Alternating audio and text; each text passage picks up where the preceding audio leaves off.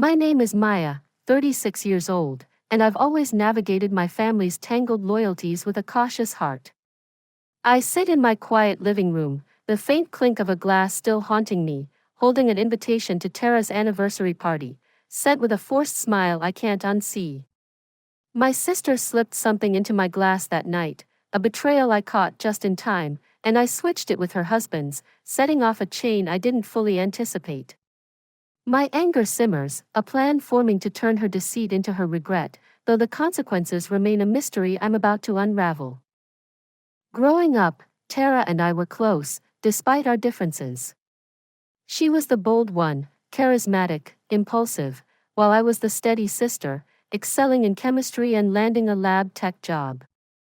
Our parents, small-town teachers, doted on Tara's flair, her high school plays and social whirl, while my science fairs and scholarships went unnoticed. I moved to the city, building a career testing pharmaceuticals, my quiet success a contrast to Tara's marriage to Ethan, a wealthy entrepreneur. They lived lavishly, their anniversary parties a showcase, and I attended out of duty, always feeling like an outsider. The invitation arrived 3 weeks ago, a gilded card for their 10th anniversary, hosted at their estate. I hesitated, knowing Tara's competitive streak, her jabs about my single life stung, but agreed, craving a connection. I wore a simple dress, my lab badge a subtle flex, and arrived to a glittering crowd. Tara greeted me with a hug, her smile too bright, Ethan nodding politely. The dinner table was set with crystal, the air thick with champagne and tension. I sat across from them, my water glass untouched, a habit from years of caution. The betrayal unfolded during the toast. Tara raised her glass, her eyes lingering on mine, and I noticed her hand brush my water, her fingers deft, a small vial disappearing into her sleeve. My training kicked in, I'd seen tampering before. I sipped, tasting a faint bitterness, and my pulse raced. She'd slipped something, sedative, maybe, to embarrass me publicly. Ethan, distracted by a guest, sipped his wine, oblivious. In a split second, I swapped our glasses, my movements smooth, and watched Tara's confusion as Ethan drank. She froze, realization dawning, but it was too late.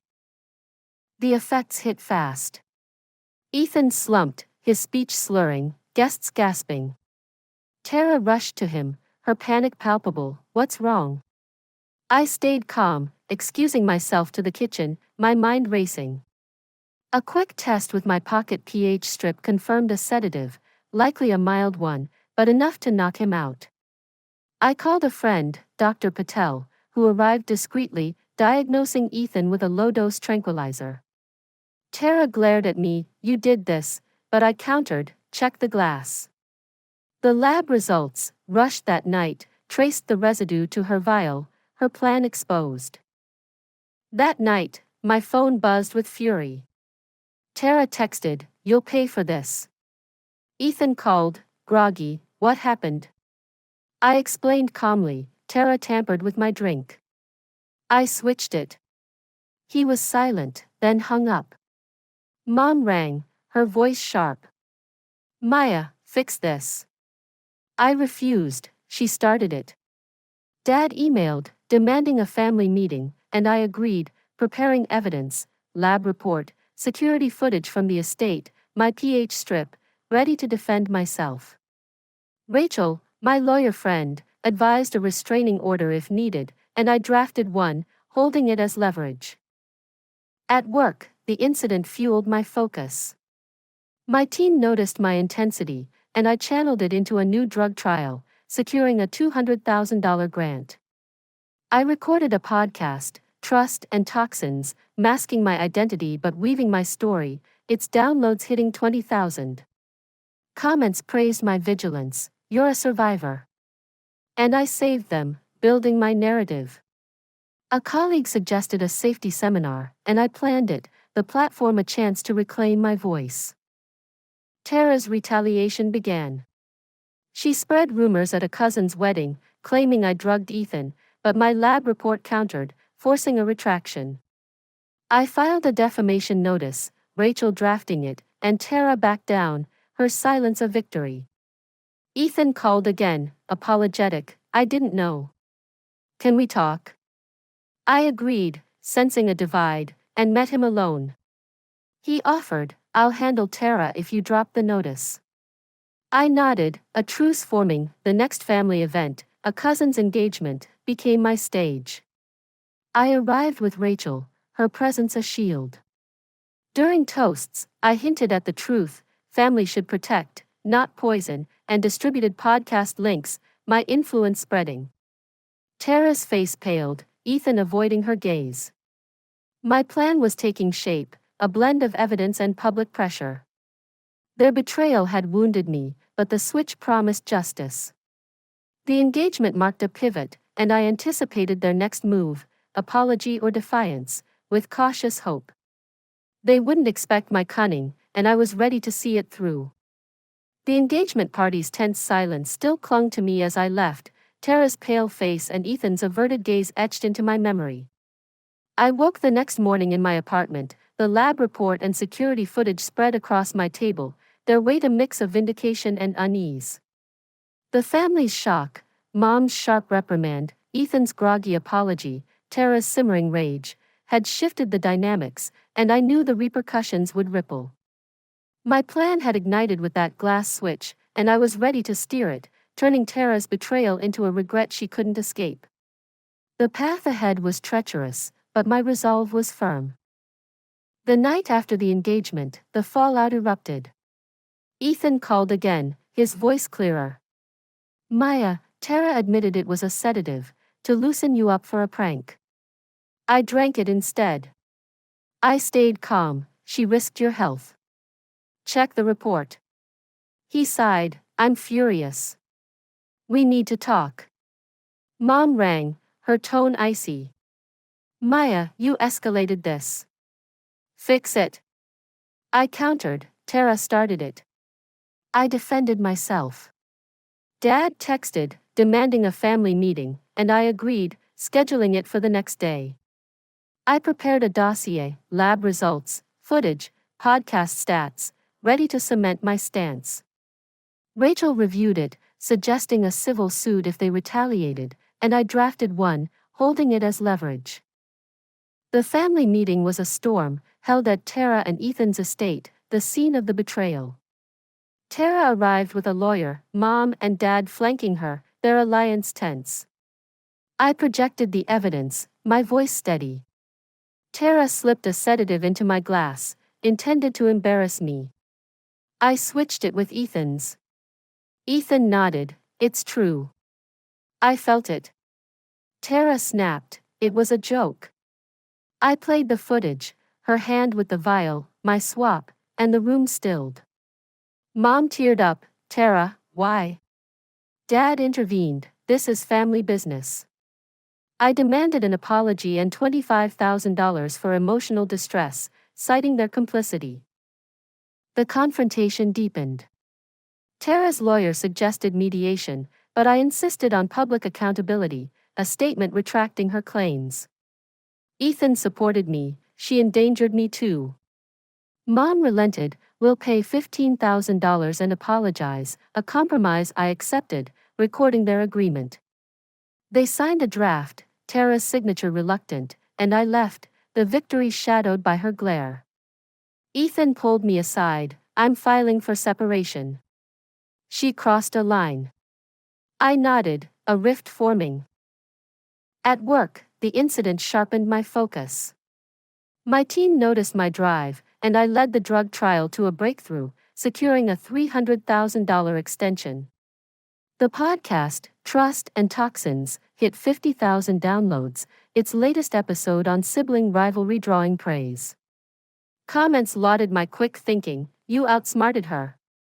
And I saved them, building my narrative.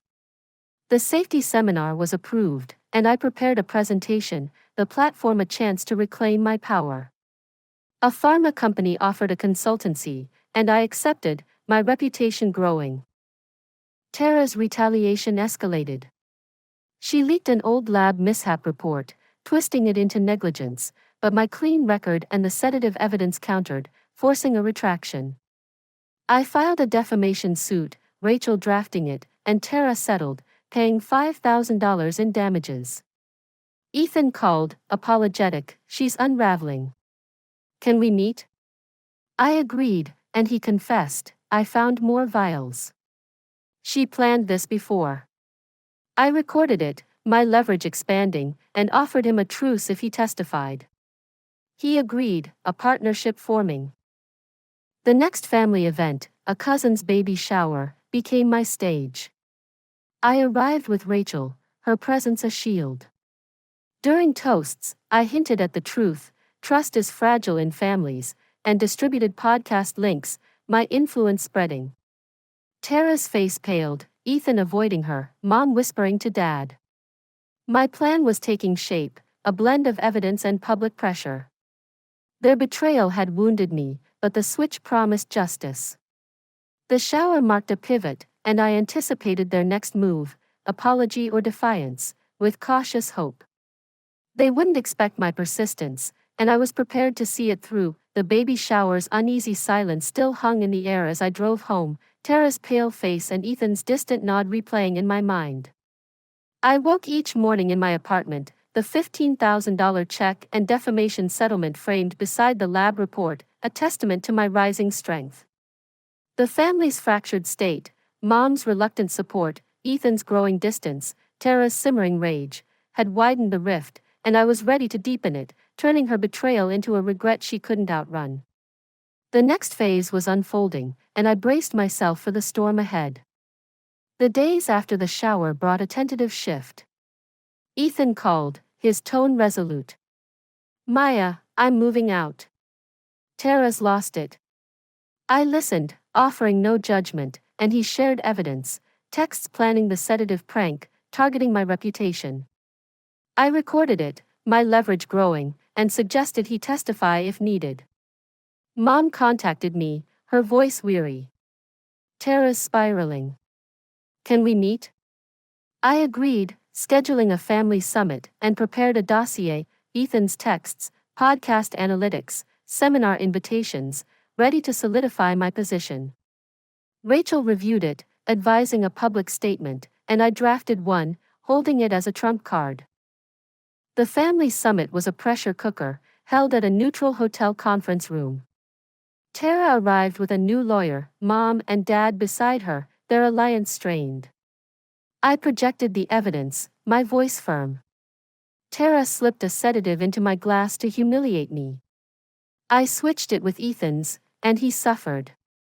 Ethan nodded, I have proof, she planned it weeks ago. Tara snapped, it was a harmless prank. I played the footage, her vial, my swap, and Ethan's texts, the room falling silent. Mom teared up, Tara, this is too much, but Dad insisted, let's mediate. The confrontation escalated. Tara's lawyer proposed a settlement, but I demanded a public apology, the $25,000, and Ethan's safety guaranteed. Mom relented, we'll pay $20,000 and issue a statement, a compromise I accepted, recording their agreement. They signed the contract, Tara's signature grudging, and I left, the victory shadowed by her glare. Ethan pulled me aside, I'll divorce her. She's toxic. I nodded, a partnership solidifying. At work, my ascent accelerated. The drug trial's success earned a $400,000 grant, my team celebrating, and I led a patent filing, my name on the application. The podcast, Trust and Toxins, hit 100,000 downloads, its episode on betrayal resonating widely. Comments praised my strategy, you turned the tables. And I saved them, building my narrative. The safety seminar drew 500 attendees, my presentation on detecting tampering a hit, and a pharma giant offered a senior role. I accepted, my reputation soaring. Tara's retaliation grew desperate. She staged a fake apology video, claiming I coerced her, but Ethan's testimony and the lab report dismantled it. I filed a fraud claim, Rachel drafting it, and Tara settled, paying $7,000 in damages. Ethan mediated, she's hitting rock bottom. Let's end this. I agreed to a truce, inviting them to the seminar's follow-up, a public stage to test their intent. The seminar follow-up was a triumph, held at a convention center. I arrived with Ethan, his support a shield.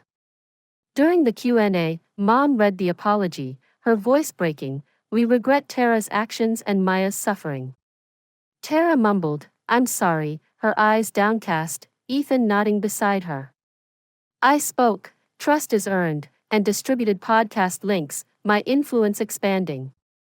Mom hugged me, "We're learning," but I kept boundaries, sensing Tara's fragility. My plan was blossoming, a mix of legal wins, public validation, and strategic alliances. Her betrayal had wounded me, but the switch promised justice. The seminar marked a turning point, and I anticipated their next move, reconciliation or collapse, with cautious optimism. They wouldn't expect my sustained dominance, and I was prepared to see it through. The seminar follow-up's cautious applause still lingered as I drove home, the $20,000 check and signed apology framed on my desk, a hard-earned badge of honor. I woke each morning to the soft hum of my apartment, the patent filing and podcast stats beside a photo of me and Dad, symbols of my rise from betrayal to triumph. The family's fractured state, Mom's tentative support, Ethan's firm alliance, Tara's crumbling defiance, had paved a new path, and I was ready to seal it into a lasting redemption. Her attempt to drug me had wounded my trust, but my switch had turned it into a lesson. Though the final healing was still taking shape, the financial settlement fueled my vision. I invested the $20,000 into a safety foundation, launching a program to train lab techs in tamper detection, a personal mission tied to my ordeal. The foundation's first $50,000 grant-funded workshops, its launch a local event attended by industry leaders. Ethan, now a consultant, thrived, and I appointed him co-director, sharing the mission. The pharma consultancy paid off, my salary doubling, and I donated a third to the foundation, transforming my pain into a broader impact. The patent filing was approved, my name on a groundbreaking drug, my reputation cemented. Ethan's alliance deepened. He finalized his divorce, moving into a nearby condo, and we collaborated on the foundation's curriculum. He called, his tone warm. "Maya, you saved me from her." "Thank you." I invited him to the launch, and he attended with colleagues, his support a stark contrast to Tara's past. Mom and Dad joined, gifting me a refurbished chemistry set from my youth, a gesture I accepted as amends. The event drew media attention, my staff's loyalty a testament to my leadership, and I felt a tentative bond, fragile but promising. Tara's regret was palpable. Her social media went dark, and Ethan shared her therapy notes, guilt over the prank, shame from the fallout. I reached out, offering a foundation role if she contributed, and she accepted, attending a workshop with hesitant interest. Her input on safety protocols surprised me, precise, thoughtful, and I saw a flicker of the sister I'd lost. The fraud settlement $7,000 funded a victim support line, my generosity earning her guarded respect. A family therapist, recommended by Rachel, facilitated a session, Tara admitting, "I was jealous." "I'm sorry." The progress was slow, but real. Professionally, my momentum was unstoppable. The speaking tour launched, my first event in a packed hall, my story of betrayal and resilience moving the crowd to tears. Clips went viral, comments flooding, "You're a genius." And I expanded the tour, booking cities nationwide.